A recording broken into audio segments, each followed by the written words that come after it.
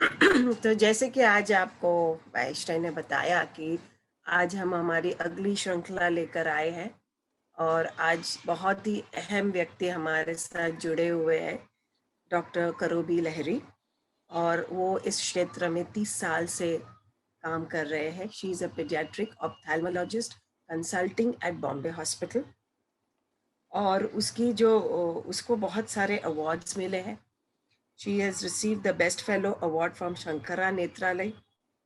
She has received the Best Surgical Excellence Award. She's been awarded the Top Doctors Award in Mumbai for 2 years, 2012 and 2018. She's received the IIRSI Award in 2017, and she has received the Role Model of the Year Award too. And she has been the ex-president of the Bombay Ophthalmologist Association in 2017 to 2018. और जैसे आप लोग शायद उनको मिले भी होंगे, आपके बच्चों को लेकर गए होंगे उनके पास, और उसकी जो बेसिक उनकी जो की स्ट्रेंथ है वो छोटे बच्चों का इवैल्यूएशन करने के लिए। तो वो आज हमें बताएंगे कि ये इवैल्यूएशन क्यों करना इतना ज़रूरी है। Over to you, Dr. Karobi Lahiri. And Thank you so much, Fatima, Vaishtai, Julie, and Beros for this invitation. And I am honored to get this invitation from your association. And I try to make the most of the time given to me by educating the parents. आप लोगों को थोड़ा मुझे ये करना पड़ेगा, what do you से, forgive me if my Hindi is not so good. अगर बीच बीच में मैं अगर हिंदी वर्ड्स इंग्लिश वर्ड्स बोल दूँ तो मुझे प्लीज़ माफ़ कर देना। पहले से माफ़ी मांग के रखा है और अभी मैं अगर उनकी सम्मति हो तो मैं शुरू करती हूँ। Eyes in ears, gateways to a better development, ये नाम मैंने इसलिए दिया है क्योंकि ये दोनों चीज़ बहुत महत्वपूर्ण रहती है किसी बच्चे का डेवलपमेंट, यानी अच्छी तरह से बड़ा होने के लिए। सो इसके बारे में मैं आज आपसे डिटेल्स में बात करने वाली हूँ। नाउ अगर आप साइन बोर्ड्स देखते हैं, ये मल्टीपल डिसेबिलिटीज़ के चिन्ह है जहाँ पे क्रॉसिंग पे वगैरह लिखा जाता है कि ये हैंडीकैप्ड पर्सनस के लिए है, ये ऐसे है। These are the various science which are used. Now the thing is that ये हमारी ड्यूटी है कि हम लोग इनको मदद करें। एंड एज डॉक्टर्स हमारी ये कोशिश रहती है कि किसी भी हालत में उनकी जितनी भी रिसोर्सेज है, जितनी भी पॉसिबिलिटीज़ है, उसको हम लोग टैप करके उसको अच्छी तरह से यूटिलाइज करें उनके डेवलपमेंट के लिए। नाउ आप लोग सभी जानते हैं कि हमारे बॉडी के अंदर 5 प्राइमरी सेंसेस होती है। प्राइमरी सेंसेस यानी ये सेंसेस रहती है जो किसी भी बच्चे का ग्रोथ एंड डेवलपमेंट में बहुत काम आता है ना। उनमें से first is the vision, then is the hearing, then is the touch, then is the smell and then is the taste। यानी हिंदी में बोला जाए तो नज़र, सुनना, टच करना, महसूस करना या हाथ लगाना, सूंघना और चखना। दीज आर 5 थिंग्स जो बहुत ज़रूरी होती है कोई भी बच्चे के प्रॉपर डेवलपमेंट के लिए। इसमें जो मात्रा रहती है वो सही होना चाहिए हर बच्चे के लिए, एक सही तरह से डेवलपमेंट होने के लिए। लेकिन इनमें से अगर 1 या 2 नहीं रहे या 3 नहीं रहे तो उसका जो असर है वो बच्चे के ग्रोथ एंड डेवलपमेंट में, उसके बढ़ाव में डायरेक्टली पड़ जाता है। एंड ऐसा रहता है कि सपोज समझो कि एक सेंस नहीं है तो दूसरे 4 सेंसेस काम करते हैं। अगर सपोज 2 सेंसेस नहीं हैं तो 3 सेंसेस काम करते हैं। अगर 3 नहीं है तो 2। उसमें क्या है, जो मात्रा ऑफ डेवलपमेंट उसमें ज़्यादा मेहनत लगती है इसी बच्चे को इम्प्रूव करके उसको सही रास्ते में लाने का, उसको उसकी क्वालिटी ऑफ लाइफ इम्प्रूव करने में। नाउ हम लोग फर्स्ट 2 सेंसेस के बारे में बात कर रहे हैं जिसको हम लोग डेफ ब्लाइंडनेस बोलते हैं। Now deaf blindness as the name suggest ये कॉम्बिनेशन रहता है कि नज़र का और सुनने का लॉस रहता है, मीन्स ये सुनाई नहीं देता है और दिखाई नहीं देता है। एंड इसकी वजह से कोई भी बच्चे की एबिलिटी जो है किसी से कम्युनिकेट करने का या अपना रिस्पॉन्स दिखाने का या कोई भी इंफॉर्मेशन या जानकारी हासिल करने का या उसके दूसरे फंक्शंस के लिए, डेवलपमेंट के फंक्शंस के लिए बहुत ज़रूरी होता है। एंड ये डेफ चिल्ड्रन में ऑलमोस्ट 70% के हिसाब से पाया जाता है। Now the thing is that अगर दो सेंसेस वीक है, कौन सा ज़्यादा इम्पॉर्टेंट है एंड कौन सा ज़्यादा वर्स है? हेलन केलर को तो आप जानते ही हैं, वो बोलते हैं कि जो सुनते नहीं हैं उनकी डिसेबिलिटी आँख से देखने वाले से भी ज़्यादा होती है, क्योंकि वो लैंग्वेज बैरियर हो जाती है, वो सुनने में नहीं आती है। सो फिर उनको काफ़ी तकलीफ़ों का सामना करना पड़ता है। Now the thing is that जैसे मैं बोल रही थी कि हर कोई बच्चा जिसका एक सेंस जाता है, अगर वो कान से सुन नहीं पाता है, वो नज़र पे डिपेंड करता है। अगर वो ये आँख से देख नहीं पाता है तो वो कान पे सुनने पे नज़र ये करता है, डिपेंड करता है। लेकिन अगर एक बच्चे को दोनों प्रोबेबिलिटीज़ हैं या दोनों डिफेक्ट्स हैं, तो फिर उसको टच का इस्तेमाल करना पड़ता है इसके लिए, और उसका जो सिखावट भी है वो उसी तरह से होना पड़ता है। Now the thing is that एक ये स्लाइड बहुत ही इम्पॉर्टेंट है, क्योंकि इसमें हम कैटेगरीज बताते हैं डेफ ब्लाइंड का। हर कोई बच्चा डेफ ब्लाइंड कम्प्लीटली नहीं होता है, ओके? ये बात आप प्लीज़ जान लो। बहुत कम, खाली 6% के मात्रा में बच्चों आइदर टोटल डेफ या टोटल डम ये डेफ या ब्लाइंड होते हैं। लेकिन कोई कोई बच्चे टोटली डेफ रहते हैं लेकिन थोड़ा बहुत नज़र रहता है। कोई कोई बच्चे टोटली ब्लाइंड रहते हैं लेकिन उसमें हियरिंग पॉसिबिलिटी रहती है। एंड कोई कोई बच्चे को दोनों रहती है थोड़े मात्रा में, यानी थोड़ा रेजिडुअल विजन रहता है एंड रेजिडुअल हियरिंग। जो रिहैबिलिटेशन का टेनेट रहता है या मूल उद्देश्य होता है, वो इस रेजिडुअल विजन का उद्धार करना एंड उसको बढ़ाना होता है, एंड उसको बढ़ा के सही डायरेक्शन में लेके जाके उसको बच्चे के ग्रोथ एंड डेवलपमेंट में इम्प्रूवमेंट देने के लिए ये काम आती है।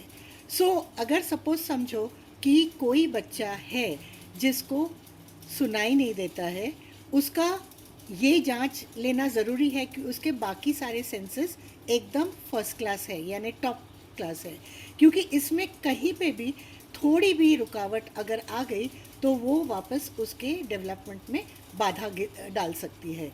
So that is the importance कि अगर आपका बच्चा है एंड अगर आपको लगता है कि ये कहीं पे अटेंशन नहीं देता है या कोई आवाज़ों को सुन नहीं पाता है, उसका हियरिंग जांचना बहुत ज़रूरी होता है। सिमिलरली कोई बच्चा जो सिर्फ कान से सुनता है लेकिन देखने में ठीक नहीं है या विजुअल स्टिमुलस को रिस्पॉन्ड नहीं करता है, उस बच्चे को आँख की ज़रूरत है।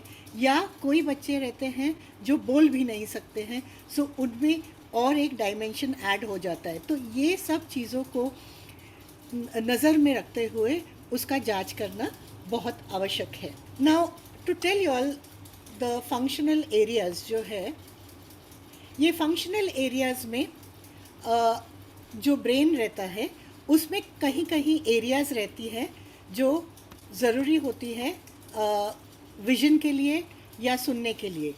अगर आप ये टू द राइट जो ऊपर के साइड में राइट की जो ब्रेन की डायग्राम देख रहे हो, वहाँ पे जो ऑरेंज वाला पट्टा है वो हियरिंग वर्ड्स के लिए है, यानी वर्ड्स को सुनाई देने का। जो ब्लू वाला है वो है वहाँ पे आपको ये है वो फॉर्मुलेट होता है, मीन्स क्या हम बात करेंगे वो आप जानकारी लेते हो। Is my screen fully visible? Okay. जो येलो है उस एरिया में आपका हियरिंग वर्ड्स का है, मीन्स आप सुन सकते हो वहाँ पे। और जो पीछे का पार्ट है जिसको ऑक्सीपिटल कॉर्टेक्स कहते हैं, उसको आपका विजन एरिया कहते हैं। यहाँ पे आप रीडिंग कर सकते हो। सो ये सब चीज़ों का इम्पॉर्टेंट और हर एरिया का इम्पॉर्टेंट होना बहुत ज़रूरी है पूरे अच्छी तरह से ये साइट और हियरिंग का डेवलपमेंट के लिए। Okay, now we are coming to what we call as neural plasticity. Now what is neural plasticity? ये एक बहुत important terminology है जिससे ये बताया जाता है कि ब्रेन की कैपेबिलिटी है कि अगर एक एरिया चल नहीं रहा है, बाकी कुछ दूसरे हेल्दी एरियाज जो है उनको काम दिया जा सकता है यही चीज़ करने के लिए। यस, जो इसके लिए स्थायी है उसके बराबर नहीं होगा, लेकिन ये एक क्लोन एरिया है जो डेवलप किया जा सकता है एंड यहीं पे हम लोग सब फिट होते हैं। यानी जो थेरेपिस्ट है, whether it is speech therapy या हियरिंग ऑडियोलॉजिस्ट और ये फिजियोथेरेपिस्ट कि वह ऑक्यूपेशनल थेरेपिस्ट, ये सब यहाँ पे फंक्शनल होती है। सो बोलने के लिए ऐसे है, अगर मैं नज़र की बात करूँ, नज़र में अबाउट 30 स्पेशलाइज्ड एरियाज़ है जो हैंडल कर सकती है specific parts of information. Means आपको मैंने दिखाया कि पीछे के हिस्से में एक ऑक्सीपिटल कॉर्टेक्स है जो सब वहाँ पे, that is a power house of ये विजन ना। वो पावर हाउस अगर डिस्टर्ब्ड है या उसकी पूरी ट्रैक जो आँख से लेके ऑक्सीपिटल कॉर्टेक्स तक जाती है, कहीं पे कुछ किसी भी वजह से अगर कहीं पे प्रॉब्लम आ गई है, तो फिर जब ये थेरेपिस्ट, यो न्यूरो डेवलपमेंटल थेरेपिस्ट या ऑल दीज थेरेपिस्ट ये जब भी काम करते हैं बच्चे पे, ये उन दूसरे एरियाज़ को ये करते हैं, रीअसाइन करते हैं वही फंक्शन। मींस वो लोग ट्रेन करते हैं बच्चों को उन एरियाज़ को डेवलप करने के लिए जो उसके लिए है लेकिन पहचाना हुआ नहीं है। यानी एक सिंपल एग्जांपल है कि अगर सपोज समझो आप रास्ते में जाते जाते कोई ट्रैफिक जैम देखते हो, तो आप सोचने लगते हो कि ये यहाँ पे शॉर्टकट है जो लेके यहाँ पे ज्वाइन हो सकता है, तो मैं ये कर सकता हूँ। सो ये इसी तरह का इशू है जहाँ पे हम लोग दूसरे ऑल्टरनेटिव पाथ्स ले लेते हैं उसी चीज़ को बढ़ाने के लिए। एंड इसी के लिए एक मल्टी डिसिप्लिनरी अप्रोच यानी बहुत जनों का इसमें जुड़ जाना बहुत ज़रूरी है, क्योंकि एक दूसरे के बगैर काम नहीं कर सकता है। वो जो काम करने हम लोग शुरू किए हैं वो पूरा नहीं होता है एक दूसरे के बगैर। सो ये कोई एक आदमी का काम नहीं है, ये काम है सब स्पेशलिटीज़ के लोगों का। ये न्यूरोलॉजिस्ट भी हो सकते हैं, न्यूरो सर्जन्स भी हो सकते हैं, ये थेरेपिस्ट भी हो सकते हैं, ऑडियोलॉजिस्ट भी हो सकते हैं, आँख के स्पेशलिस्ट हो सकते हैं, ईएनटी स्पेशलिस्ट हो सकते हैं। इनका एक मिला जुला अप्रोच एक बच्चे को उसका जो प्रॉब्लम है उसके लिए एक सही ट्रीटमेंट प्रोग्राम बनाने का एंड उसके आगे लेके जाने का बहुत ज़रूरी है ना। एक चीज़ मैं आपको बोल दूंगी यहाँ पे, ये सब चीज़ आसान नहीं होती है, ये 1 या 2 दिन का काम नहीं होता है, इसको महीने लग जाते हैं, सालों लग जाते हैं, लेकिन इसमें ज़रूरी है बच्चा इम्प्रूव होता है। एंड जो इम्प्रूवमेंट्स हम लोगों ने इतने सालों पर उनसे डील करने पर हमको दिखाई दिया है, और यही मैं आपके साथ शेयर करने वाली हूँ, क्योंकि भले उसको टाइम लगे, आप हताश मत हो जाना, आप निराश मत हो जाना, आप पेशेंस अपना लूज़ मत कर जाना, समय बनाए रखें एंड इसको चलाते रहे, क्योंकि आपको डेफिनेटली सक्सेस मिलेगी इसमें। नाउ फंक्शनल विजन जो रहता है, मैं विजन की बात कर रही हूँ, ये रेजिडुअल विजन हो सकता है या रेजिडुअल हियरिंग हो सकता है। इसको इम्प्रूवमेंट करने के लिए आपको डेफिनेट हेल्प की ज़रूरत है, ये आप घर बैठे नहीं कर सकते।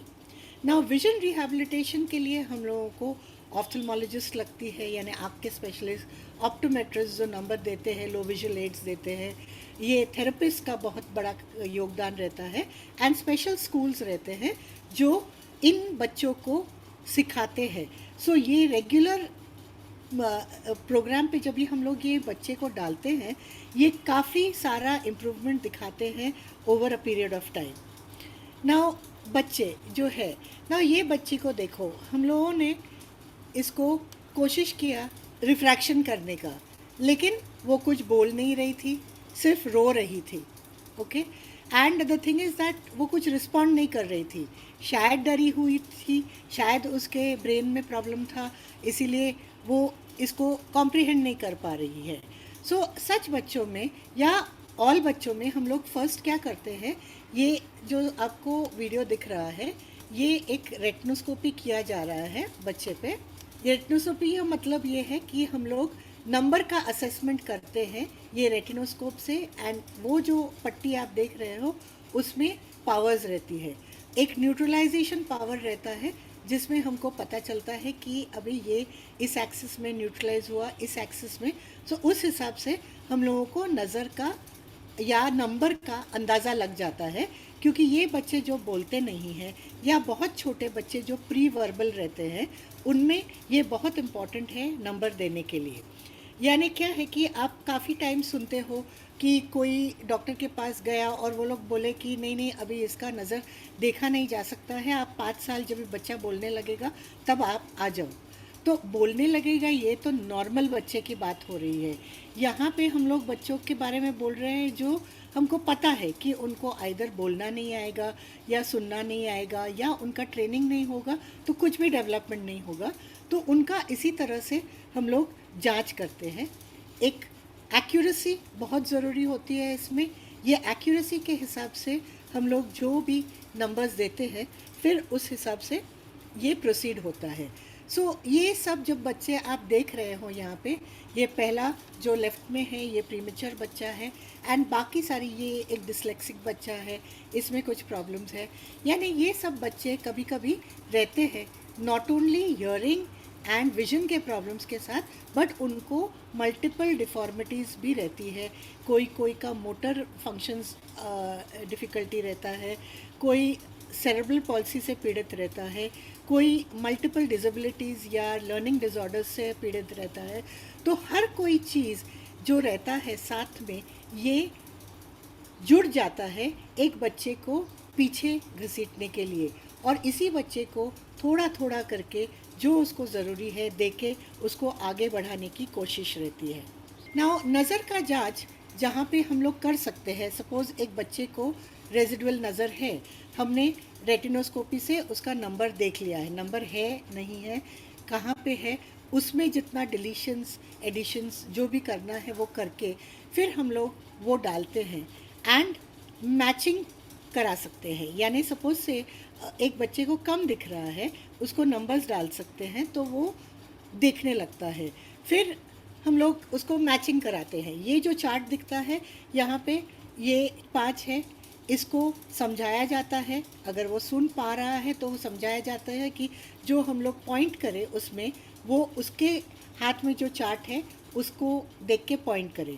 तो ये सिर्फ उसको देख के पॉइंट करना होता है। तो इसमें विजन इम्प्रूवमेंट होता है, इसमें ये टच का ये होता है, यूज़ होता है, लेकिन ये बच्चा सुन पाता है।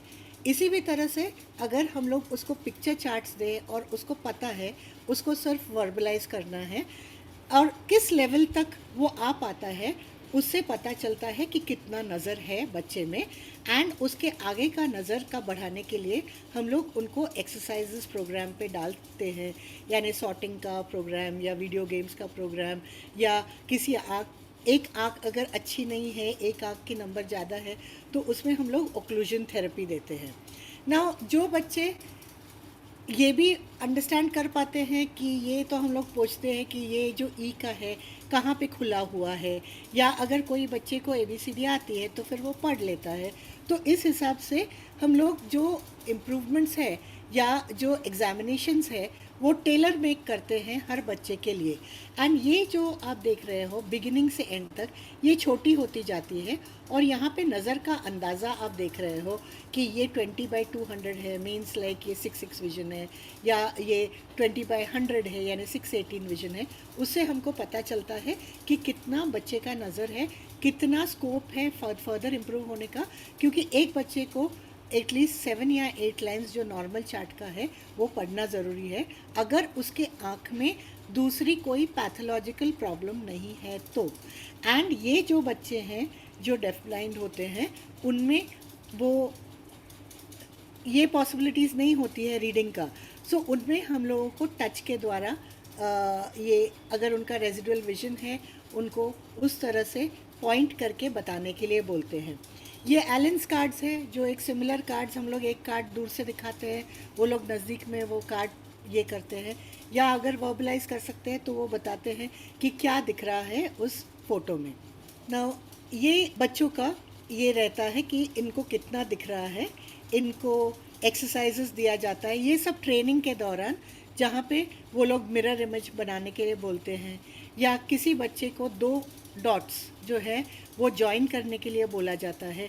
ये एक चीज़ जो कितना आसान रहता है कोई भी आम आदमी के लिए, ये इनमें कितनी मुश्किल से ये आता है, लेकिन जब ये बच्चा ये मैनेज कर पाता है तो एक बड़ी खुशी होती है कि एटलीस्ट ये बच्चा सही रास्ते पे है। सो कोशिश रहती है, एंड कोशिश करके करके ये सब इम्प्रूवमेंट्स दिखाई देती हैं। कोशिश है, not straight but good enough.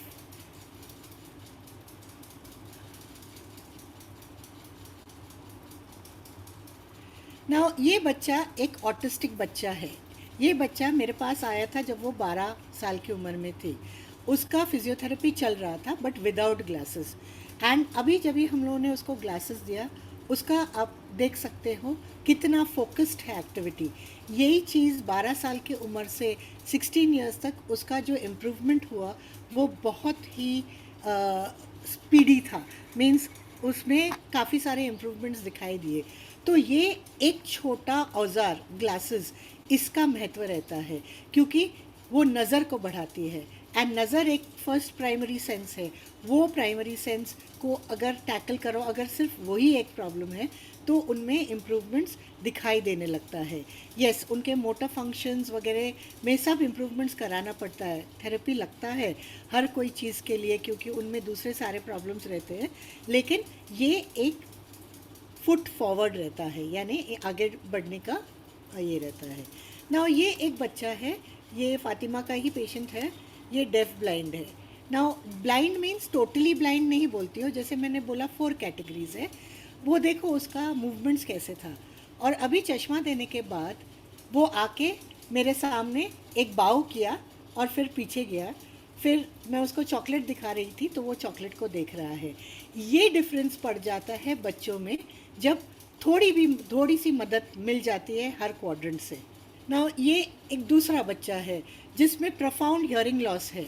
Okay, ये बच्चे का ग्रोथ अच्छा नहीं था, ये प्रीमेच्योर बच्चा था, एंड इसको उसकी टोन अच्छी नहीं थी, लेकिन प्रॉपर थेरेपी से ये बच्चा भी इम्प्रूव हो रहा है।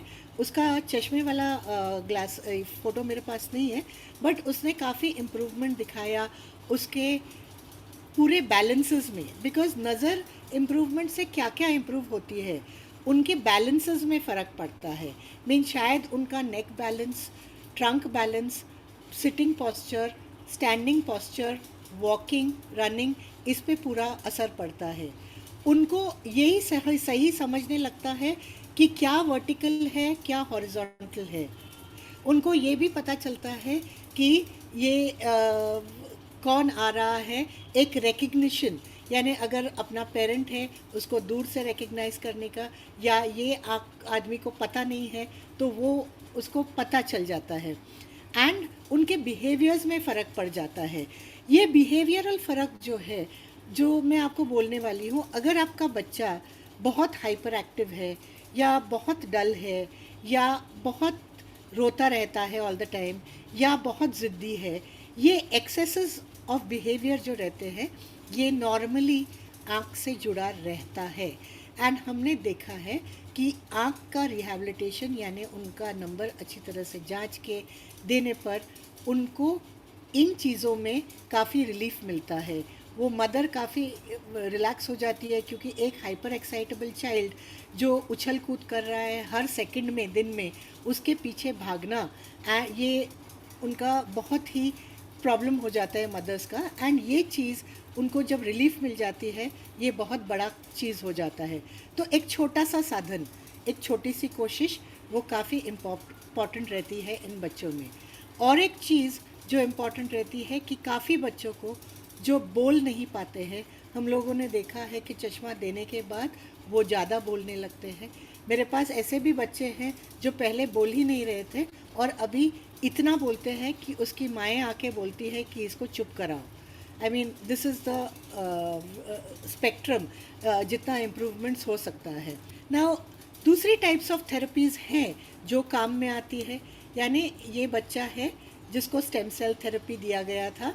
ये बच्चा पहले रिएक्ट देखता नहीं था, वो ऐसे ही पड़ा रहता था एंड लिस्टलेस था, नेक होल्ड बराबर नहीं था।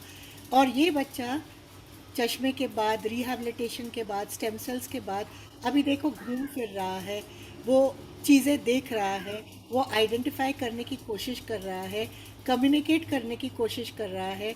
उसको जब भी बुलाओ वो रिस्पॉन्स दे रहा है, आ रहा है, आपके सामने आके देख भी रहा है।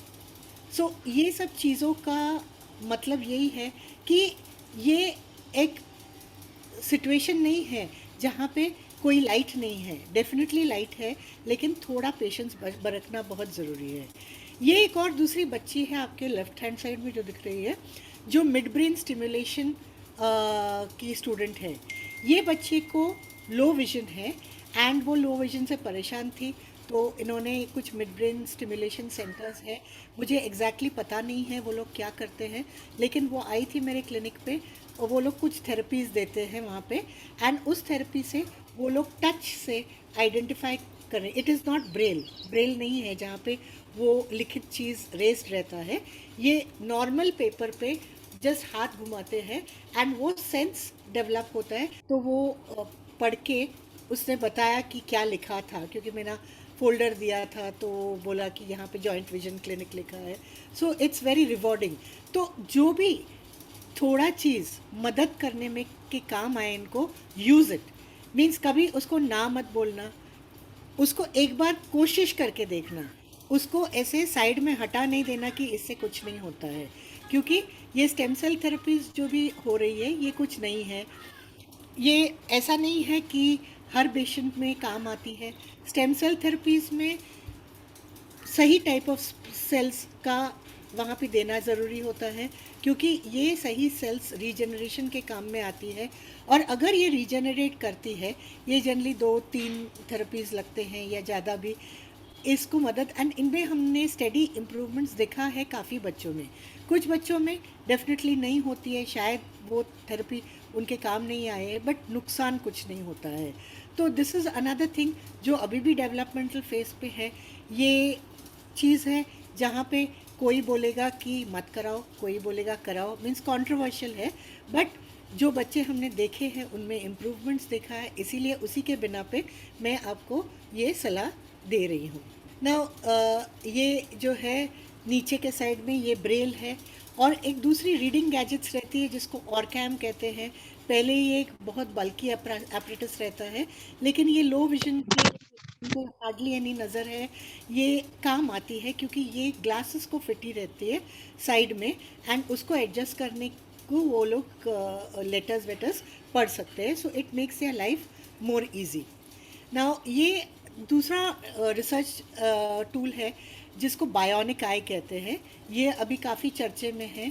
ये बायोनिक आई का साइड में जो ब्लाइंड रहते हैं या दिस, ये एक ऑल्टरनेटिव पाथवे रहती है ऑप्टिक नर्व्स को स्टिमुलेट करने में। तो उसमें क्या है कि ऑप्टिक नर्व्स का ठीक होना ज़रूरी है, लेकिन इसमें क्या है कि अभी वो इलेक्ट्रोड्स स्किन के नीचे दिया जाता है, तो आँख के भीतर।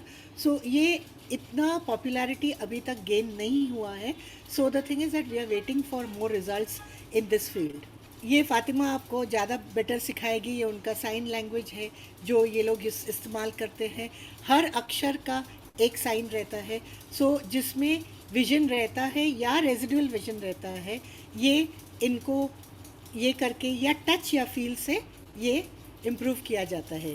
This is therapist at work. Again tactile यानी फील के माध्यम से वो लोग इम्प्रूवमेंट कराने की कोशिश करते हैं।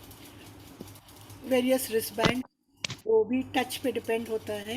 एंड ये टारगेट्स रहती है जिसमें वो लोग टच करके the therapist improves their ability to be able to recognize things. ये दूसरी टैक्टाइल थेरेपीज है जो दिखाई दे रहा है। एंड यहाँ पे ये वेरियस मेथड्स हैं जो एक डेफ ब्लाइंड के लिए इम्प्रूवमेंट है, यानी ये गैजेट्स रह सकती हैं या कुछ टच के वजह से, देखो सब जगह में वो लोग टच का इस्तेमाल कर रहे हैं, whether it is a typewriter या एक कीबोर्ड है, ये सब गैजेट्स यूज़ होती है इसके लिए। Now what are typical accommodations जो ब्लाइंडनेस के लिए होती है? ये हम लोगों का ब्रेल रहता है, इलेक्ट्रॉनिकली फॉर्मेटेड लेक्चर नोट्स रहते हैं, हैंडआउट्स रहते हैं, वर्बल डिस्क्रिप्शंस रहते हैं विजुअल एड्स का, देन रेज्ड लाइन ड्राइंग्स रहता है, braille lab science and equipment labels होता है, and auditory lab warnings signals भी रहता है। So this is what we were showing. And ये दूसरे टच टेक्निक्स है जिससे again residual hearing and vision में ये काम आती है।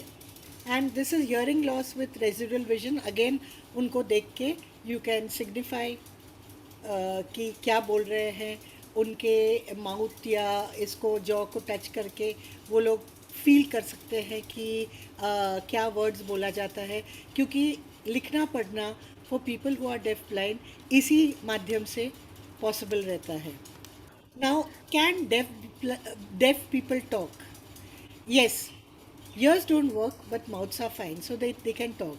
Suppose ये लोग स्पीच के लिए, अगर स्पीच में कोई प्रॉब्लम है, सो ये लोग साउंड्स प्रोड्यूस कर सकते हैं एंड दे डेवलप एक, ये जिसको डेफ एक्सेंट बोलते हैं, सो ये पॉसिबिलिटी है उनमें। एंड एक कॉमन क्वेश्चन है कि मेरा बच्चा जब भी छोटा है मुझे कैसे पता कि उसको सुनाई नहीं देता है? सो उसमें बहुत सिंपल है, कुछ कानों के पास आवाज़ करो, ओके, आपका फेस मत दिखाओ, आवाज़ करो। अगर बच्चा उस तरफ देखता है या वो चौंकता है बड़ा साउंड आने पर, तो आपको पता है कि बच्चा, ये हर कान के पास कर सकते हो।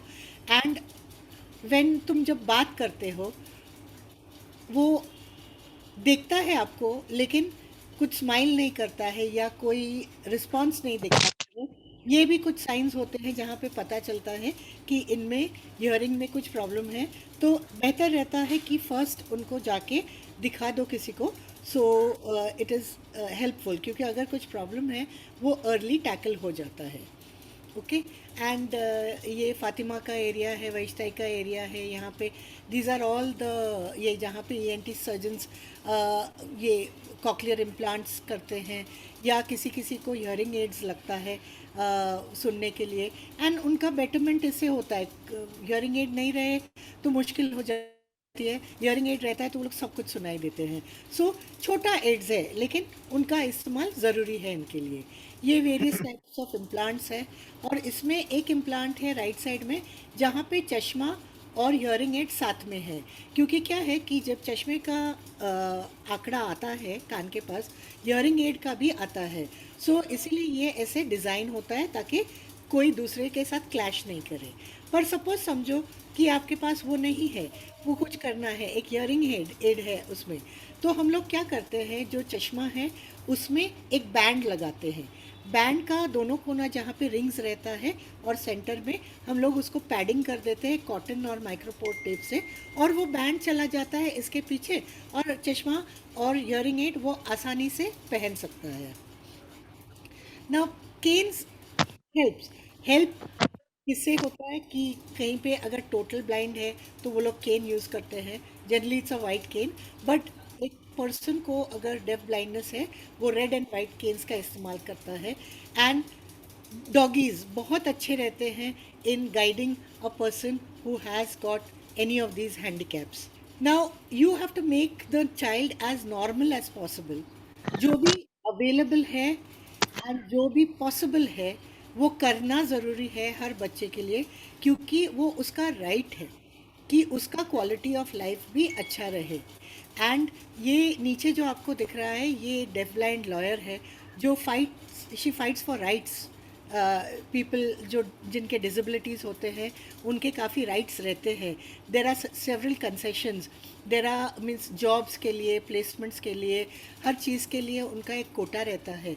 एंड मैनी टाइम्स हम लोगों ने देखा है कि ये बोलने में आसान है, लेकिन जब ये प्लेसमेंट्स के लिए जाते हैं, प्लेसमेंट्स उनको नहीं मिलती है because of these disabilities, whereas उनका एक कोटा रहता है. सो ये कोटा जो है, अगर कोई उसको डिनाई करे तो कोई ना कोई लड़ने वाला तो चाहिए ना.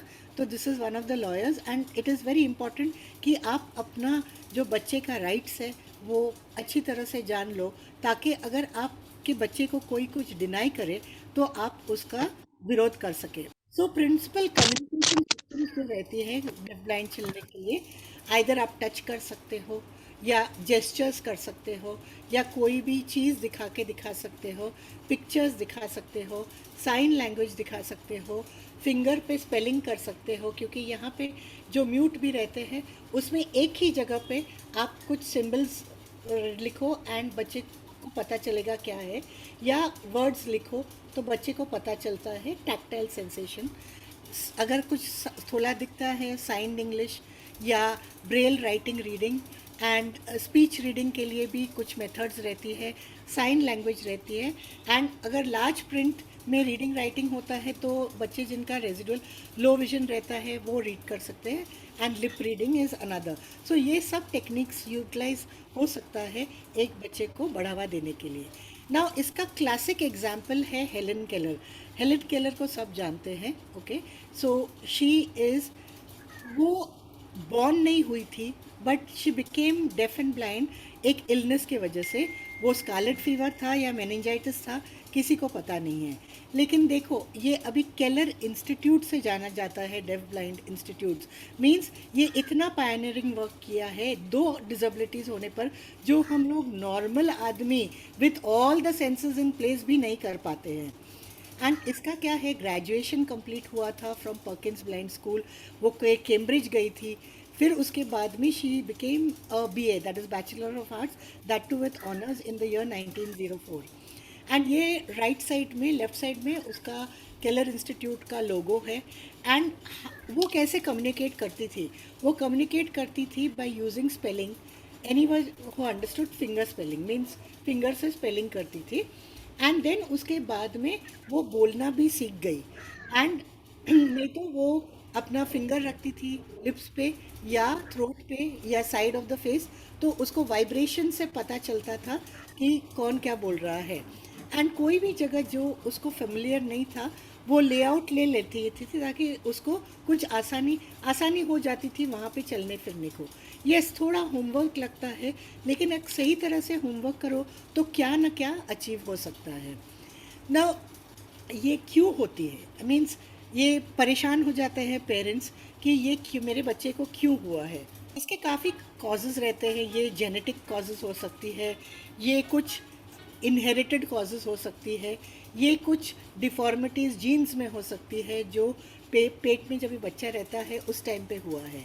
And the most important reason इसके लिए रहता है maternal infections and inflammations.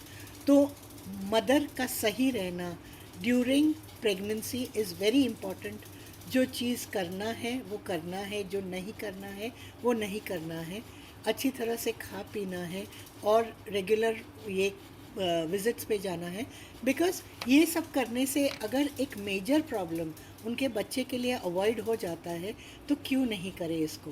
Prematurity भी, जो प्रीमेच्योर बच्चे आते हैं, ये premature rupture of membranes, means किसी माँ का वो थैली फूट जाता है या वाटर निकल जाता है, इसको प्रॉम कहते हैं, यानी प्रीमेच्योर रप्चर ऑफ मेम्ब्रेन्स, या मैटरनल इन्फेक्शंस इन्फ्लेमेशंस की वजह से होती है. एंड इसकी काफ़ी सारी प्रॉब्लम्स आने लगती है. ये अभी फ़िलहाल ये प्रीमेच्योरिटी का जो दौर है, इसको हम लोग अवेयरनेस के द्वारा इम्प्रूव करने की कोशिश कर रहे हैं. करंटली मैं नेशनल एम्बेसडर हूँ इस प्रीमेच्योर्स का, द इंडियन ROP सोसाइटी का. एंड इसमें हम लोग कोशिश कर रहे हैं एक अवेयरनेस क्रिएट करने के लिए कि पेरेंट्स को अगर प्रीमेच्योर बच्चों का सपोज़ बॉर्न हुआ है तो उनका एग्ज़ामिनेशन जो है वो 3 महीने से शुरू हो जाए, 3 हफ्ते से शुरू हो जाए, नॉट महीने, 3 हफ्ते से लेके 3 महीने तक is a very very important time, क्योंकि इसमें जो एक बच्चा नॉर्मल था उसमें अगर चेंजेस आ गई और इसको देखा नहीं गया तो यही बच्चा 3 महीने तक या इवन अर्लियर ब्लाइंड हो सकता है। सो ये अवॉइड करने के लिए ये अवेयरनेस बहुत ज़रूरी है।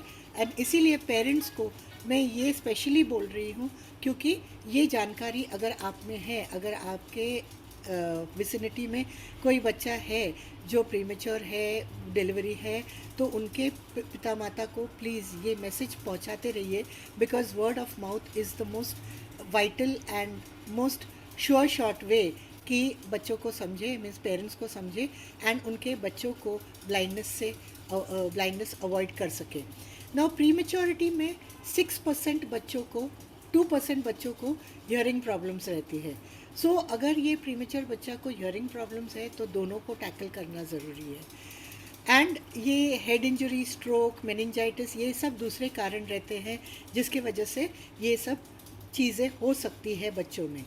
काफ़ी सिंड्रोम्स रहते हैं जो इनहेरिटेड रहती है, जो जीन्स के ये सिंड्रोम का मतलब क्या रहता है कि ये आँख में, कान में और दूसरे सिस्टम्स में भी काफ़ी सारे असर हो सकता है। ये हार्ट में हो सकता है, किडनीज़ में हो सकता है, ब्रेन में हो सकता है, मोटर सिस्टम में हो सकता है।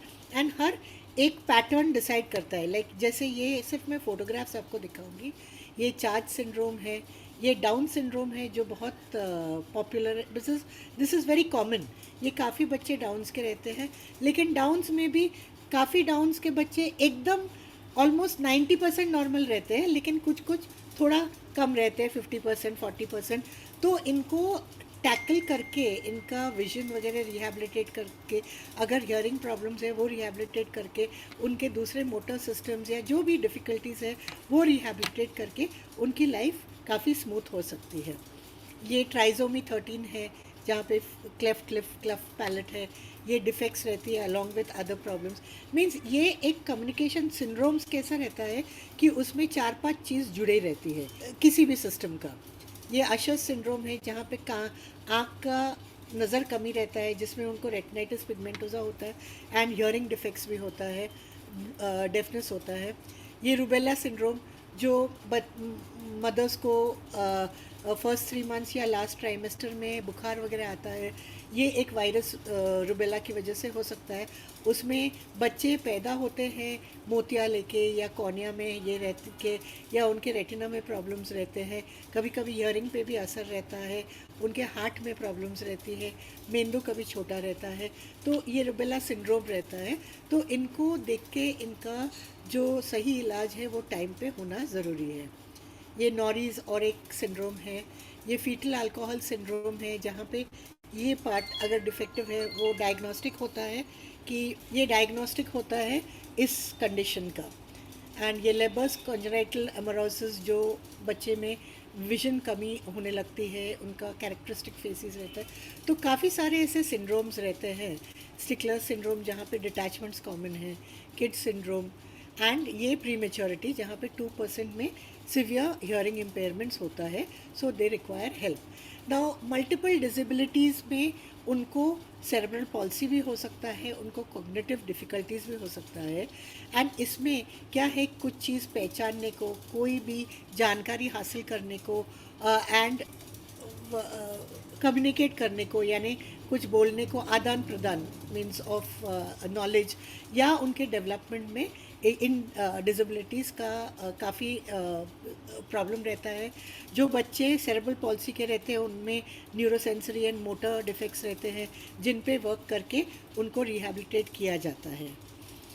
एसो बिहेवियरल इंडिकेटर्स फॉर हियरिंग, उनका एटिपिकल लिसनिंग बिहेवियर्स होता है, एटिपिकल वॉइस या स्पीच डेवलपमेंट होता है, एंड कभी कभी वो लोग कान पुल करते हैं या हाथ रख देते हैं ईयर्स के ऊपर, breathes through the mouth, and कभी कभी हेड एक साइड पे ले लेते हैं। ये सब चीज़ें देखो तो थोड़ा सा ध्यान रखना है कि शायद कुछ प्रॉब्लम हो सकता है। And the I is important because जैसे मैंने कहा कि काफ़ी सारे चीज़ें लिंक्ड रहती है, बिहेवियर्स लिंक्ड रहती है, स्पीच लिंक्ड रहती है, उनके बैलेंसेस लिंक्ड रहती है, उनका कॉग्निशन या बिहेवियर या पोजीशन इन स्पेस, ये सब अपार्ट फ्रॉम सीइंग डिपेंडेंट रहती है। तो ये सब उनके डेवलपमेंट में बहुत फ़ायदेमंद रहता है। एंड अगर विजन कम है तो देखो, अगर लिड ड्रूप हो रहा है या कोई अबनॉर्मलिटी है आँख का शेप या साइज़ में या स्ट्रक्चर में, अगर आपको काला पुतली नहीं दिख रहा है, पानी हमेशा आ रहा है, ब्राइट लाइट से तकलीफ़ है, उनके आँख में निस्टैग्मस यानी मूवमेंट है या आँख तिरछा है, ये सब इंडिकेटर्स होती है विजन के प्रॉब्लम में। या छोटे बच्चों में अगर वो आई कांटेक्ट नहीं देते हैं, सिर्फ हियरिंग पे वो कांटेक्ट देते हैं, कोई स्माइल नहीं रहता है, हेड टिल्ट या हेड टर्न रहता है, ये कोई चीज़ देखने को बहुत नज़दीक पकड़ते हैं, या कोई कोई बच्चे रहते हैं जिनको लो विजन है, वो लोग चीज़ अगर आप दे रहे हो, वो लोग देख रहे हैं उसको, बट जैसे ही वो लेने जाएंगे वो दूसरी तरफ देखते हैं। ये एक इथोलॉजिकल साइन होता है which is characteristic of low vision. And कभी चीज़ को पकड़ने में आइदर आगे जाते हैं या पीछे, लेकिन चीज़ को पकड़ नहीं पाते हैं। ये सब स्मॉल इंडिकेटर्स रहती है जो हमको बताती है कि कोई विजन में प्रॉब्लम है, तो इसको अटेंड करो। एंड ये इन्फॉर्मेशन शेयर करना बहुत ज़रूरी है पेरेंट्स या फैमिलीज़ के साथ, जो भी हो रहा है, जो आपको लगता है, उनको अच्छी तरह से गाइडेंस देना कि अभी उनको इनके पास जाना है, इनके पास जाना है, इनके पास जाना है, एक ट्रीटमेंट केयर के लिए एक ट्रीटमेंट इंटरवेंशनल प्लान बनाने का है, अच्छी तरह से उसका रिहैबिलिटेशन होने के लिए। एंड एक फॉलोअप स्केड्यूल बहुत ज़रूरी रहता है, क्योंकि ऐसा नहीं है कि बच्चा एक अभी दिखा के जाए और फिर 2 साल के बाद आए। ये इनका जो भी रेगुलर फॉलोअप शेड्यूल, यानी हम लोगों का ग्लासेस का ऐसा रहता है, वी सी देम 6 मंथली, या अगर प्रीमेच्योर चाइल्ड है, अगर 3 महीने तक उसका रेटिना डेवलप अच्छा हो गया है, तो हम लोग 6ठे महीने में बुलाते ही हैं उनका नज़र चेक करने के लिए। एंड हर बच्चे का नज़र का जांच 6ठे महीने में होना ज़रूरी है। ये शायद बच्चे नॉर्मल हो या अब नॉर्मल हो, या बच्चे को कोई सिंड्रोम हो, या बच्चा प्रीमेच्योर हो, या कोई भी प्रॉब्लम हो, ये बच्चों का ये ज़रूरी है, क्योंकि आँख का डेवलपमेंट 6ठे महीने में कंप्लीट होता है। उस टाइम पे अगर कोई नंबर है वो देना ज़रूरी है, क्योंकि उसको अगर यहाँ तक दिखता है उसके चश्मा नहीं होने से, और अगर उसको चश्मा लगता है यहाँ तक देखने तक, हमको ज़रूरी है उसको यहाँ तक दिखाने का, इसीलिए वो ग्लासेस बहुत ज़रूरी है। ये काफ़ी टाइम पेरेंट्स आते हैं, वो ऐसे उनसे बात करनी ज़रूरी होती है, उनको कन्विंस करना ज़रूरी होता है। कभी हम लोग वीडियोस दिखाते हैं, कभी दूसरे पेरेंट्स हैं सो उनसे बात कराते हैं, क्योंकि क्या है कि ये चीज़ जो ज़रूरी है, खुद हम लोगों को टाइम स्पेंड करना पड़ता है पेरेंट्स के साथ, क्योंकि ये अगर नहीं है तो फिर उसमें क्या है कि हम लोग कुछ मिस आउट कर रहे हैं उसमें। एंड ये अगर हम लोग कर दें तो वो बच्चे का डेवलपमेंट में बहुत 4 चांद लग सकता है। काफ़ी पेरेंट्स होते हैं जो हम लोग बोलते हैं, लेकिन वो लोग सोचते हैं कि ये डॉक्टर ऐसे ही कुछ बोल रहा है, ये बच्चे का कोई कभी चश्मा होता है, कुछ भी बोल रहे हैं। तो इस ये से वो लोग 1-2 साल निकाल देते हैं। फिर वो लोग आ जाते हैं जब बच्चा तिरछा दिखने लगता है, एंड उस टाइम पे उनको और ज़्यादा मेहनत करनी पड़ती है इसी चीज़ के लिए। सो एक follow up schedule It's 5 follow o'clock. बोलना पड़ता है। And parents don't care how much you know, आपकी कितनी डिग्रियां हैं, उनको सिर्फ यही पता चलता है कि आप उनके बच्चे पे कितना समय बिता रहे हो एंड कितना आप उसका केयर कर रहे हो। एंड ये वर्ड रिटार्डेड को कभी भी यूज़ करना नहीं है, क्योंकि ये एक बैड वर्ड है। ये रिटार्डेड का कोई मतलब नहीं है। हर बच्चे में इम्प्रूवमेंट की काबिलियत है, और इस इम्प्रूवमेंट को हम लोगों को आगे ले लेना है। एंड पेरेंट्स को हमेशा होप देना ज़रूरी है, क्योंकि उसी होप पे वो लोग टिके रहते हैं। एंड होप से मैनी पेरेंट्स को क्लियर हो जाता है कि ये बच्चा डेफिनेटली इम्प्रूव होगा। एंड ये थॉट प्रोसेस है, this is the power of positive thinking, because parents बच्चे के लिए सोचते हैं, ये पेरेंट अगर सोचता है कि मेरा बच्चा डेफिनेटली अच्छा होएगा, उसका बच्चा डेफिनेटली अच्छा होएगा. There will be nothing to stop it, because पूरी यूनिवर्स आपके बच्चे को फिर उसी रास्ते पे लेके जाएगी. सो जो टेनेट्स है, फाइनल लास्ट 2 स्लाइड्स. साइंस देखना है आपके चाइल्ड में कुछ है या नहीं है, विजन, हियरिंग, अदर डिफॉर्मिटीज़ के लिए. अगर कुछ है उस पर टाइम वेस्ट मत करो, एडवाइस लेके सही जन को जल्दी जाके दिखाओ. आँख के मामले में हर बच्चे का नज़र का जांच एंड नंबर का जांच 6ठे महीने पे एकदम ज़रूरी है. ये हर बच्चे के लिए है, बच्चे को प्रॉब्लम हो नहीं हो. प्रीमेच्योर चिल्ड्रन को हम लोग 3 हफ्ते से शुरू करते हैं देखना. पेरेंट्स जब भी, मदर जब भी प्रेग्नेंट रहती है, हैप्पी रहना ज़रूरी है, स्ट्रेस फ्री रहना ज़रूरी है, न्यूट्रिशियस फूड खाना ज़रूरी है, जो उनके डॉक्टर्स सप्लीमेंट्स वगैरह देते हैं वो देना ज़रूरी है. और हस्बैंड्स को ये है कि उनको इरिटेट मत करो, उनको स्ट्रेस मत दो. Smoking, alcohol, absolute know during pregnancy.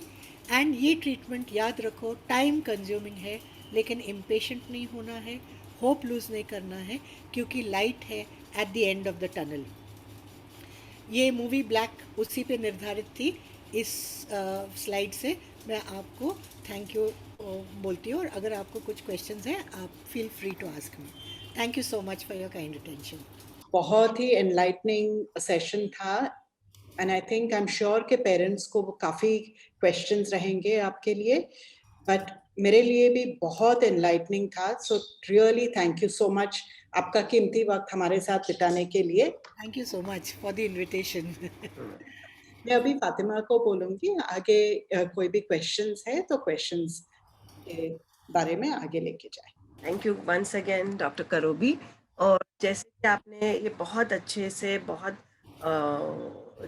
जोर दे के बोला है कि हर एक बच्चे की विजन की जांच होनी चाहिए at the age of 6 months, whether उनमें कोई प्रॉब्लम हो या ना हो. तो हमारे बच्चे जिनकी हम भी आज एक वकालत कर रहे हैं कि उनकी सुनने की जांच हो जानी चाहिए at the age of, at the time of birth. And अगर उनको कोई प्रॉब्लम होती है तो early intervention is the best way to take them forward. इसी तरह से आप भी उसी मुद्दे पे काम कर रहे हो कि भाई early intervention अगर हो जाता है ये बच्चों का, तो yes, the future is bright. So ये एक बहुत अहम मैसेज है हमारे पेरेंट्स के लिए. With that, अगर हमारे पेरेंट्स का कोई प्रश्न है तो yes. Thank you so much, बहुत ही अच्छा सेशन था. मुझे ये पूछना था कि अभी ऑनलाइन क्लासेस है, मेरा बेबी अभी 12 इयर्स का है, प्रीमैच्योर था वो, तो उसको हियरिंग लॉस भी है प्लस स्पेक्स भी है, उसको विजन भी उसका कमजोर है. तो अभी हियरिंग, अभी ऑनलाइन क्लासेस के कारण उनके नंबर काफी बढ़ गए हैं, 0.5 चले गया है. तो हम अभी इसके लिए क्या करें कि उनका नंबर ना बढ़े? ओके, या बच्चा कितना 12 साल का है? जी. Okay, now the thing is that ये अच्छा किया कि वो आपने वो जांच कराया, उसको चश्मा वगैरह दिया, क्योंकि क्या है कि ऐसा रहता है ना, 98% प्रीमेच्योर बच्चों में नंबर रहता ही है. इट्स ओनली 2% जो एस्केप होते हैं ना. तो ये चीज़ हम लोग पेरेंट्स को भी बताते हैं. एंड प्रीमेच्योर चिल्ड्रन का 3rd मंथ में उनका ऑडियोमेट्री वगैरह करना, क्योंकि उनको आई एंड ईयर प्रॉब्लम्स रहती है कंबाइंड ना. हर किसी को नहीं रहती है, लेकिन किसी किसी को रहती है. सो जो आपको करना है वो आप कर चुके हो, लेकिन ये चश्मे का जो नंबर्स है हर 6 महीने में, क्योंकि अभी भी बच्चा 12 साल का है, तो 12 साल का है तो एवरी ईयर कर सकते हो बट हर साल में उसका नंबर जांचना ज़रूरी है, क्योंकि ये उसका डेवलपमेंट फेज़ है. उसका अगर हाइट बढ़ता है, उसका आँख का साइज़ भी बढ़ता है, उस हिसाब से नंबर्स में भी तब्दीली आ जाएगी. ओके, सो वो एक चीज़ पे ध्यान रखना है. सेकंड चीज़ इज़ दैट, देखो पहले जब भी पेरेंट्स आके पूछते थे कि इसका स्क्रीन टाइम कितना होना चाहिए, depending on the age of the child हम लोग बोलते थे कि ओके 1 घंटा दो, 2 घंटा दो, 3 घंटा दो, ऐसा. लेकिन वी डोंट क्रॉस 4 आवर्स, क्योंकि 4 आवर्स के ऊपर हो गया तो इनवेरिएबली वो बच्चों को कभी ना कभी ड्राइनेस होने वाली है. एंड ड्राइनेस हुई मीन्स ये लाइफ लॉन्ग ट्रीटमेंट प्लान चालू हो जाता है ना. So we try to prevent that. But अभी ये कोविड सिचुएशन में वी कांट एडवाइज दैट, क्योंकि हर बच्चे का स्कूल का जो ऑनलाइन रहता है वो 3-4 आवर्स मिनिमम रहता है। अगर बच्चा बड़ा रहा तो 5 या 6 आवर्स पे भी जाती है। उसके बाद उनके ट्यूशन्स रहते हैं जो 1-2 घंटा रहते हैं। फिर थोड़ा बहुत एंटरटेनमेंट ज़रूरी होता है, 1-2 घंटे का टीवी या मोबाइल या जो भी है, थोड़ा एंटरटेनमेंट तो लगता है। एंड अगर प्रोजेक्ट वर्क कंप्लीट करना पड़ता है, that is again on white screen. तो कुल मिला के एक बच्चा जो 12 साल या 13 साल या 14 साल का है, उसको अबाउट 8 to 10 आवर्स तो मिनिमम लगने ही वाला है। Now the thing is that ये जो ड्राइनेस होती है, which is a major problem, जो डेवलप होती है जनरली 4 आवर्स से ज़्यादा हो गया है। Don't wait for it to come. अब उनका जैसे क्या है कि ये टाइम स्पेंड करना ज़रूरी है, तो आपको वो लुब्रिकेंट ड्रॉप्स जो है, जो आपके ऑफ्थल्मोलॉजिस्ट ने प्रिस्क्राइब किया होगा आपको, वो लुब्रिकेंट ड्रॉप्स 3-4 बार, डिपेंडिंग कि कितना एक ड्राइनेस टेस्ट करना होता है, उस पर जो आपका लेवल आए तो उस हिसाब से वो ड्राइनेस के ड्रॉप्स हम लोग प्रिस्क्राइब करते हैं, इधर 3 बार या 4 बार या 6 बार, या कभी कभी बहुत ड्राई रहा तो 8 बार भी करते हैं। लेकिन अगर बच्चे का स्क्रीन टाइम 4 आवर्स से ज़्यादा है तो भी हम लोग, अगर उसको ड्राइनेस टीयरिंग पे मैनिफेस्ट नहीं हुआ, फिर भी हम लोग शुरू कर देते हैं उनको ये इस पे लुब्रिकेंट्स पे। एंड ये लुब्रिकेंट्स डिसाइड करते हैं दिन में जानी है, या अगर बहुत ड्राई है तो रात को भी एक जेल लगा के उसको देते हैं। सो दैट इज़ इम्पॉर्टेंट, क्योंकि वो जो feeling of tiredness, irritation, redness, pricking, heaviness of the eyes, ये सब चली जाती है विद द लुब्रिकेंट्स। एंड उसका नंबर भी प्लीज़ एवरी ईयर जांच कराते रहिए। उसमें अगर नंबर्स, उसकी विजन लो है तो वो लो विजन कितना है, और उसमें एक्सरसाइज प्लान्स रहते हैं जिसमें हम लोग एक्सरसाइजेस देते हैं बीट्स से या वीडियो गेम से या कुछ भी, तो इस हिसाब से वो एवरी डे करना होता है। अगर सपोज़ डिस्पैरिटी है नज़र में या नंबर में, तो फिर हम लोग पैचिंग भी देते हैं एक आँख का, at least 3 hours in a day along with the exercises. And ये क्या है ना, हम लोग देखते हैं कि एक लाइन का इम्प्रूवमेंट, जनरली बच्चों को हम लोग 7 तो नॉर्मली रहता है, लेकिन 8 लाइन तक लेके जाते हैं। एक लाइन को इम्प्रूव होने में पूरे 6 महीने लगते हैं, प्रोवाइडेड ये बच्चा अच्छी तरह से उसका ये कर रहा है, मीन्स वो एक्सरसाइज कर रहा है, ओक्लूजन कर रहा है 3 घंटे के लिए लगातार, एंड उसमें एक लाइन का इम्प्रूवमेंट होना ही है अगर ये ऐसा है तो। सो इसीलिए क्या है कि आपको ये सब चीज़ों पे गौर रखना पड़ेगा। एंड अगर सपोज समझो कि कुछ पैथोलॉजिकल प्रॉब्लम है प्रीमेच्योरिटी की वजह से, तो वो आपके आँख के डॉक्टर ने बताया होगा, या अगर पैथोलॉजिकल प्रॉब्लम नहीं है, सिर्फ नंबर का इशू है, तो इसको इम्प्रूव किया जा सकता है। Doctor, the next question is कि टिल व्हाट एज आँखों का चेकअप करना चाहिए? आँखों का चेकअप ना, जब बच्चे रहते हैं, सपोज तो हम लोग 6 मंथ्स पे, प्रीमेच्योर बच्चों को 3 हफ्ते से शुरू होता है, ओके। आपका examination refraction 6 months. Now suppose कोई बच्चा अल्बिनो रहता है, यानी जिनका स्किन का पिगमेंटेशन नहीं रहता है, वो वाइट रहते हैं, या कभी वाइट विथ थोड़े पैचेस रहते हैं पिगमेंटेशन का, इन बच्चों को निस्टैग्मस यानी आँख का मूवमेंट होना बहुत ज़रूरी है। तो हमने देखा है कि अगर 2nd मंथ पे उनका जो रिफ्रैक्टिव एरर है वो देके हम लोग दे देते हैं, तो उनमें काफ़ी सारा इम्प्रूवमेंट 6 मंथ तक होता है। So the thing is that we refract them early, अगर है तो दे देते हैं। 6ठे महीने में हर बच्चे का जांच होना ज़रूरी है, उसमें कोई बच्चे को नहीं रहता है कुछ भी, तो दे आर ओके। फिर लेकिन किसी बच्चे में रहती है नंबर्स जो सिग्निफिकेंट रहती है, तो ये बच्चों को हम लोगों को देना पड़ता है नंबर्स। ना एक चीज़ है कि कभी कभी डॉक्टर के पास जाते हैं, उनका नंबर्स छोटा सिलेंडर वगैरह रहता है, तो डॉक्टर बोलते हैं बहुत छोटा नंबर है, इसकी ज़रूरत नहीं है। बट जो पेशेंट्स में डिसेबिलिटीज़ है, किसी भी प्रकार के, आँख की हो, हियरिंग की हो, इनमें ये छोटी नंबर्स भी काम में आती है। सो ये छोटी नंबर्स को निगलेक्ट करना नहीं है, क्योंकि हमने इतने साल के प्रैक्टिस में देखा है कि ये छोटे नंबर्स देने पर भी उनका इम्प्रूवमेंट सही तरह से होता है। सो वो अगर नंबर्स हैं, वो एक थॉट ब्लॉक जो रहती है कि बच्चे नंबर नहीं पहन सकते हैं, बच्चों को नंबर्स नहीं होता है, ये उसको दिमाग से निकाल फेंको। अगर आपके बच्चे को नंबर है, कभी कभी सिग्निफिकेंट भी होता है, हाई माइनस रहता है, हाई प्लस रहता है, तो इनको तो पहनना बहुत ज़रूरी है, क्योंकि क्या है, ये नहीं पहनो तो उसका नज़र एक तक जगह तक सीमित होएगी जहाँ तक वो देख सकते हैं with their own eyes. Means जो बाकी का वर्ल्ड है वो क्लियर नहीं होता है, और उसमें उनके ग्रोथ एंड डेवलपमेंट पे बहुत फ़र्क पड़ जाता है। नाउ सो 6 मंथ्स, देन अगर बच्चे को नंबर है एवरी 6 मंथली, या कभी कभी बच्चे सडनली एक ग्रोथ स्पॉट हो जाते हैं, तो 4-5 महीने में वो लोग चश्मा निकालने लगते हैं, ऊपर देखने लगते हैं, फेंकने लगते हैं। ऐसा कुछ हुआ तो उनको पहले ले लेना है, उनको बोल देना है कि तभी आ जाओ, या 6 मंथ्स में देखो। एंड ये while the child is growing till about 11 to 12 years, हम लोग every 6 months में जांच करते हैं। आफ्टर 12 years ये 1 ईयरली हो जाता है, एंड ये उनका ग्रोथ फेज 18 या 25 तक रहता है, तो वो 18 तक या 25 तक चलाना ज़रूरी है, क्योंकि बट ईयरली बेसिस पे, अनलेस द सिचुएशन डिमांड्स, तो वो देखना ज़रूरी है। बिकॉज अगर है नंबर्स तो वो चेक कराते रहना है। अगर सपोज़ बच्चे को नंबर नहीं है, आपने 6ठे महीने में दिखाया कुछ भी नहीं है, तो एक जांच डेफिनेटली 5 साल की उम्र में करा लो।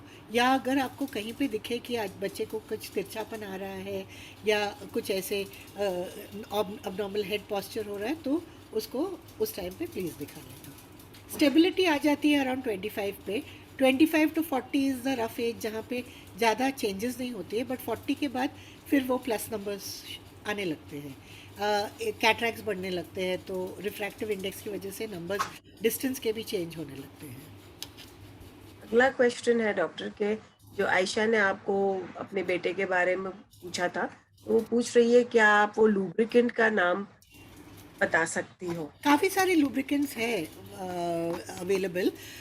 लुब्रिकेंट्स का हम लोग प्रिस्क्राइब करना डिपेंड करता है कि वो शर्मस टेस्ट जो हम लोग करते हैं उस पर हम लोगों को माइल्ड, मॉडरेट या सिवियर ड्राइनेस क्या आता है, क्योंकि हर ये टाइप का अलग रहता है।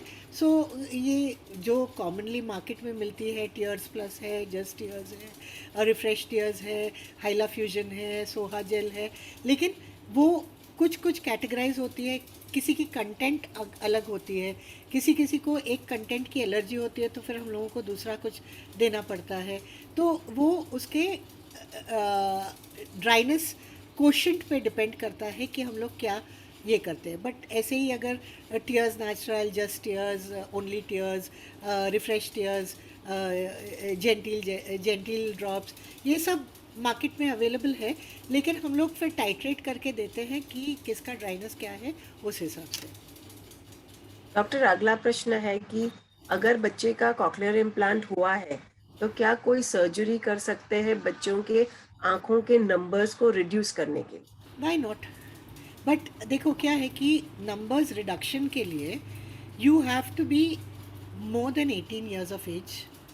ओके, आपका 1 साल तक नंबर स्टेबल होना ज़रूरी है।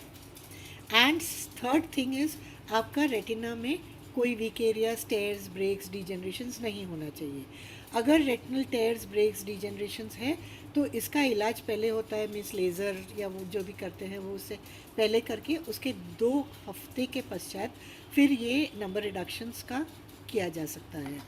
Now the thing is that ये 18 के बाद ही होता है, and the thing is that ये जब भी करेंगे इसको निकाल के फिर आप वो कर लो। ऑफ कोर्स उसके हियरिंग में तो उसको पहले समझा देना that he has to look into the target when that instrument comes down, and it's just a 10-minute procedure, so there is, I don't think there is any problem with that.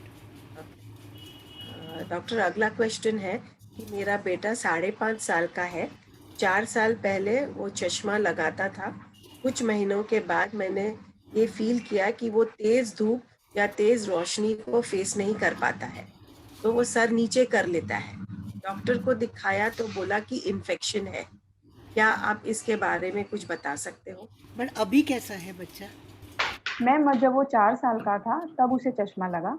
अच्छा, okay, और 1 साल पहले, 1.5 जी साल पहले। जी हाँ, और उस समय मुझे डॉक्टर ने बताया कि आप कुछ भी कर ले, चाहे आप योगा कर लो या फिर कितना भी हेल्दी फूड खिला लो, उसका चश्मा नहीं निकलेगा लेकिन उसका नंबर कम हो सकता है। और फिर मैंने चश्मा कंटिन्यू लगाना स्टार्ट किया, लेकिन कुछ जब वो स्कूल जाने लगा तो मैंने ऐसा फ़ील किया कि वो तेज़ रोशनी को फ़ेस नहीं करता है। ओके। तो मैंने जब वो डॉक्टर को दिखाया तो उन्होंने मुझे कुछ ऐसा मतलब डायग्राम बना के दिए, डॉट डॉट करके दिखाया उन्होंने मुझे कि ये मतलब इन्फेक्शन है करके, और राइट में इतना है और लेफ्ट में इतना है, जो मुझे अच्छे से नहीं समझा था। और उन्होंने कुछ ड्रॉप्स लिखे थे जो आँखों में डालने के लिए। उसके बाद थोड़ा मुझे रिज़ल्ट दिखा, लेकिन उसके बाद फिर ये अपना लॉकडाउन हो गया, उसके बाद मैं घर पे ही हूँ, तो मुझे नहीं पता अभी वो बाहर नहीं जाता है वो, तो वो मतलब कितना इफ़ेक्ट है और क्या है। लेकिन वो और इवन वो आँखें ब्लिंक भी करता था तब, बहुत आँखें ब्लिंक करता था। अब ड्रॉप डालने के बाद ठीक है, लेकिन उसके बाद अभी फिर हम फिलहाल घर नहीं पे होता है उसको ऐसे? ब्लिंक तो नहीं कर रहा है अभी, ब्लिंक जो करता था, वो नहीं कर रहा है। अच्छा, एक चीज़ मुझे बताओ, आपका बच्चे का स्क्रीन टाइम कितना है? Means TV, mobile, laptop, computer पे कितना टाइम बिताता है और बिताता था उस टाइम पे जब ये प्रॉब्लम हुआ था? उस टाइम पे तो बिल्कुल नहीं देखता था टीवी, कुछ भी नहीं था वो, क्योंकि नहीं, मैं उससे देखने ही नहीं पहले, देती थी। वो होने से पहले। नहीं देखता था। अभी अभी जो लॉकडाउन हुआ है ना, उसमें वो देखने लगा है, 2 घंटा भी देखता है टीवी में। उसके और उसके पहले अगर बात करूँ तो बहुत कम, 15 मिनट या आधे घंटे से भी कम दिखता था। ओके। एक और चीज़, ये उस टाइम पे जब ये शुरू हुई थी, हुँ। उसको कुछ बुखार आया था या सर्दी हुई थी, ऐसे कुछ हुआ था? आपको सर्दी याद तो है? मैम, सर्दी तो उसको बचपन से ही होता था, लगी मतलब रहती ज़्यादा। है क्या? हाँ, हाँ, सर्दी उसको होता ही था। उन्होंने भी ओके। मुझे यही बोला कि सर्दी की वजह से शायद उसको कुछ इन्फेक्शन हुआ है, देखो ऐसा रक्षा, उन्होंने मुझे क्या बोला है था। कि इसमें दो मुद्दे हैं। ओके। जी। एक तो बच्चा को नंबर था। ओके। हुँ। वो नंबर दोबारा कभी चेक हुआ? 6 महीने में किया था हमने, फिर उसके फिर बाद नहीं हुआ है। 6 महीने में जब भी चेक हुआ, तभी क्या बोला था डॉक्टर ने? स्टेबल बोला, स्टेबल है। मीन सेम नंबर है। हाँ, हाँ। एंड चश्मा कंटिन्यू रखने के हाँ, लिए लगाता है। बोला? हाँ, कंटिन्यू अच्छा। लगाता है। तो अभी 5.5 का है, तो लास्ट 6 मंथ्स में यानी उसका चेक नहीं हुआ है? नहीं, 1 साल से चेक नहीं हुआ है। 1 साल से चेक नहीं हुआ हाँ, है। हाँ। अच्छा सुनो, देखो ये क्या है ना, ये जो डॉक्टर ने आपको बोला इन्फेक्शन है, ये एक्चुअली इन्फेक्शन मीन्स क्या है कि जब बच्चे को कोल्ड कॉफ वगैरह रहता है या अगर ड्राइनेस बढ़ जाती है, ये टीवी स्क्रीन्स वगैरह यूज़ करने की वजह से आँख में कभी सूखे स्पॉट्स आने लगते हैं।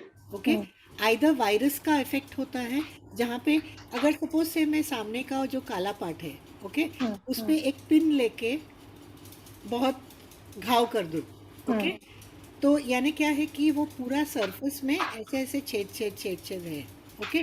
तो उसमें कॉर्नियल नर्व एंडिंग्स बहुत इरिटेट होते हैं और इसकी वजह से ये फोटोफोबिया या आंख बंद करने का, क्योंकि उनको लाइट बर्दाश्त नहीं होती है। ओके। हुँ, क्योंकि आंख इंजर्ड है, राइट? अगर आपको कहीं पे इंजरी है, वहाँ पे दर्द होएगा ना, इसी तरह से आंख में भी दर्द होता है। उसकी वजह से पानी बहुत जाता है, आंख रेड हो सकती है, एंड वो बेहतर फील करता है जब भी वो आंख बंद रखता है। ओके।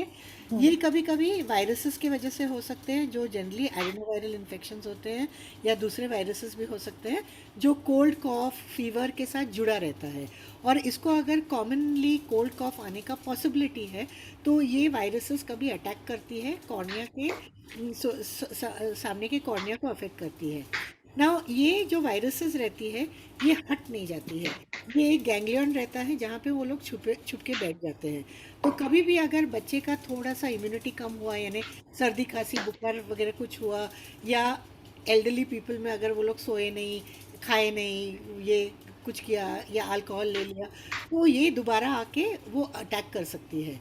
उस टाइम पे आपको जो इमोलियंट्स या मेडिसिन उन्होंने दिया होगा, उससे वो कॉर्निया का ये जो है सरफेस क्लियर हुआ होगा, एंड इसकी वजह से फिर वो इम्प्रूव हो गया, पानी नहीं आ रहा है, अभी वो आँख खोल रहा है, सब कुछ, क्योंकि वो कॉर्निया हील हो गया है, यू नो।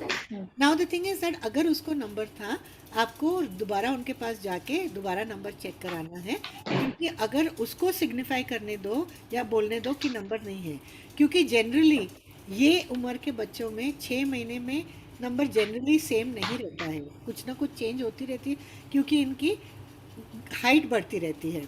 सो इसीलिए क्या है कि नंबर्स का चेंज होना, वो कम भी हो सकता है, वो ज़्यादा भी हो सकता है, लेकिन वो करना ज़रूरी है जांच, और जो भी नंबर उस टाइम के लिए है वो पहनना ज़रूरी है।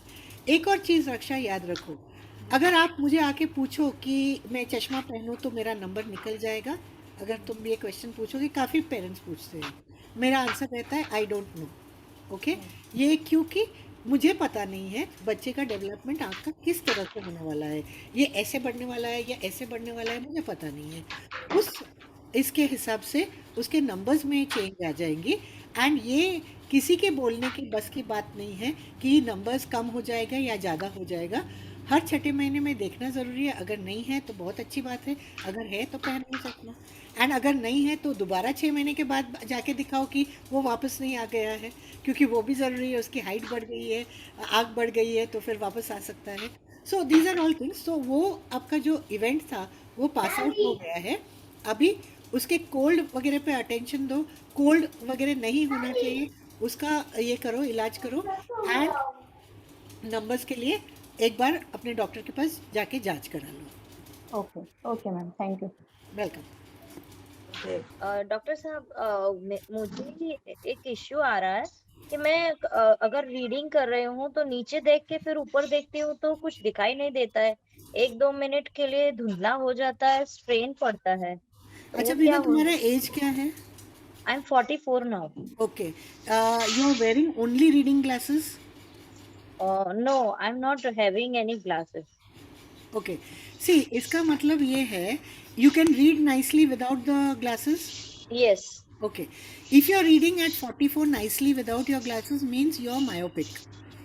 Okay, myopia means minus numbers जिनको होता है। ओके, तो ये इसको शॉर्ट साइट कहते हैं। तो शॉर्ट साइटेडनेस में क्या रहता है कि नज़दीक का नज़र अच्छा रहता है, दूर का नज़र अच्छा नहीं रहता है। ओके, नाउ इसमें अगर आप रीडिंग कर पा रहे हो लेकिन दूर के लिए आपको तकलीफ हो रही है, means you will definitely need a number for distance. Distance का नंबर होएगा आप में, मीडियट डिस्टेंस रहता है, तो रीडिंग का केटरिंग नहीं होगा। और अगर दूर का पावर है, आप रीडिंग कर लेते हो इस, so it's a sure sign कि आपका है number for distance and for near, and you have to wear either bifocals और प्रोग्रेसिव। अगर आप कंप्यूटर पे ज़्यादा बैठते हो तो प्रोग्रेसिव बनाना ज़रूरी है। ओके, ये प्रोग्रेसिव मतलब क्या होता है? प्रोग्रेसिव मीन्स हर डिस्टेंस के लिए आप एडजस्टेड हो। वो ग्लास में ये ग्लास के जैसा कोई डिवाइडिंग लाइन नहीं रहता है। ये नहीं तो बाइफोकल्स क्या रहती है, यहाँ पे वो सेगमेंट रहता है नज़दीक के लिए।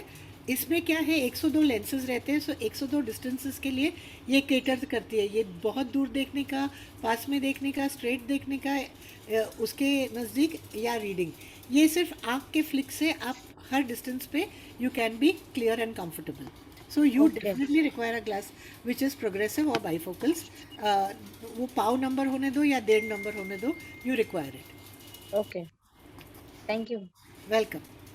once again thank you Dr. Karobi. आपका इतना महत्वपूर्ण लेक्चर था। I mean I can't express the gratitude और कितना पेरेंट्स ने सीखा है। ये जो सवाल हमारे पास बार बार पेरेंट्स लेकर आते थे कि हम हमारे बच्चों की जांच करना जरूरी है क्या, आज आपने डेफिनेटली जवाब दे दिया है। और हम पेरेंट्स को अनुरोध भी करेंगे कि प्लीज अपने बच्चों की आंखों की जांच जरूर करवाइए, ताकि उनका एक होलिस्टिक डेवलपमेंट हो। जैसे कि ताकि कोई भी एंगल से आपका बच्चा पीछे ना रह जाए, बिकॉज हमने उसके जो भी प्रॉब्लम है उसको अटेंड नहीं किया है। एंड इसमें ना I want to add, you said holistic. It's not only holistic, it's holistic also. You are involving everything, you know. Yes, So yes. all the specialities. And parents को मैं एक चीज़ बताऊंगी कि जनरली क्या है कि आप जो भी देखते हो कि ये छोटे बच्चों के साथ डील करते हैं या these स्पेशल रिक्वायरमेंट्स वाले बच्चों के साथ डील करते हैं, generally most of them they feel a lot for their children. Okay, and the thing is that उनका जो ये बच्चे जब इम्प्रूवमेंट होते हैं, you can not imagine the immense relief and pleasure and happiness that we feel when we see that child. Parents का तो 100% होएगा, but the same is echoed by us also. So the thing is that my thing is that see, don't, because क्या है कि एक norm हो गया है बच्चों में कि दिस, क्योंकि इतना नेगेटिव प्रोपेगेंडा होता है about doctors, and doctors are money minded, they only want to make money, all those things are there, but the thing is that where such children are concern, remember that the people that you're going to go to are going to be people who are going to do something for your child, who care about your child. Don't let those negative things override your kind of decision to go to someone, because if you think that this is a money making racket and it's not going to, you will never help your child. So I'm being very curt and straight about this, but I would suggest that think about it, and if your child needs help, please give him help, but early. Thank you so much. Thank you, parents.